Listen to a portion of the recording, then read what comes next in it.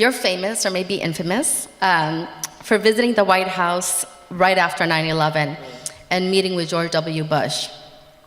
There's been a lot of misinformation until this day, which I can't understand, about your role in that meeting before and after. Can you please tell us what you said to President Bush and what really happened, so that, for history's sake, that we kind of can put this to the rest? Yeah. I mean, first of all, I met one time I went in, and actually my recommendation to them, and Suhail Khan knows this story because he was there, Mahbub Khan's son. I was invited in with 4 other religious leaders. There was a cardinal, and then there was a Jewish rabbi, Franklin Graham, and myself, representing the Muslims. And this was before we knew anything. I mean, we were all, this is September 20th, and there was just, we didn't know what was going on. There was no war with Iraq, nothing.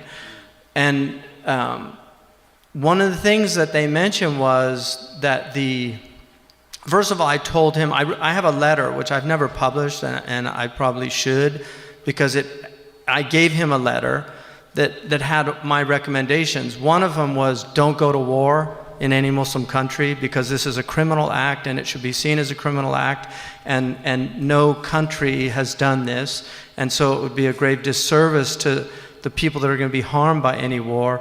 You know, anyway, the letter's there, but they had said that they were calling this operation to find out who did it. There was no war yet. The war was declared later. And they called the operation Operation Infinite Justice. And I said we were in the elevator going in the White House, and I said to these religious leaders, that's blasphemous. And they all agreed, like they nodded their heads. And I said, shouldn't we say something? Like, that's like saying America's God. And they said, yeah, we should say something. So we appointed the cardinal. And so when we were leaving, he didn't say anything. So I said, excuse me, you know, this operation to find out who did this, right? Well, there was no war. It's called infinite justice, and only God's justice is infinite. So I consider this kalimatu haqqan and the sultan. Like this, to me, I said something that I hope on the Day of Judgment benefits me. I said it's blasphemous to say that, and offensive to Muslims. And he said, really? I said, yeah. He said, call the Pentagon, get them to change it. We don't have any theologians in the Pentagon. That's what he said, literally. So they changed, that's my little footnote in history, you know, this guy that got the name. But it became a war. That wasn't what I was saying. So there's this idea somehow I was more concerned about the name than the actual war. There was no war.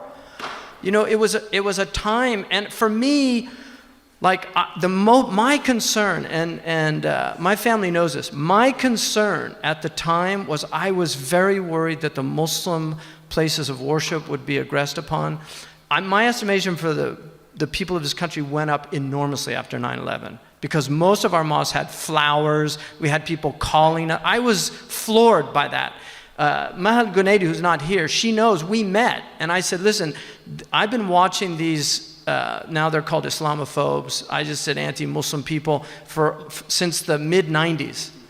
And these guys are going to use this as an opportunity to completely create a smear campaign against our community and make us look like a fifth column in the United States. That was my concern, was how Muslims are going to be viewed, about how Muslim women wearing the hijab are going to get accosted, our children being bullied. Those were all my concerns.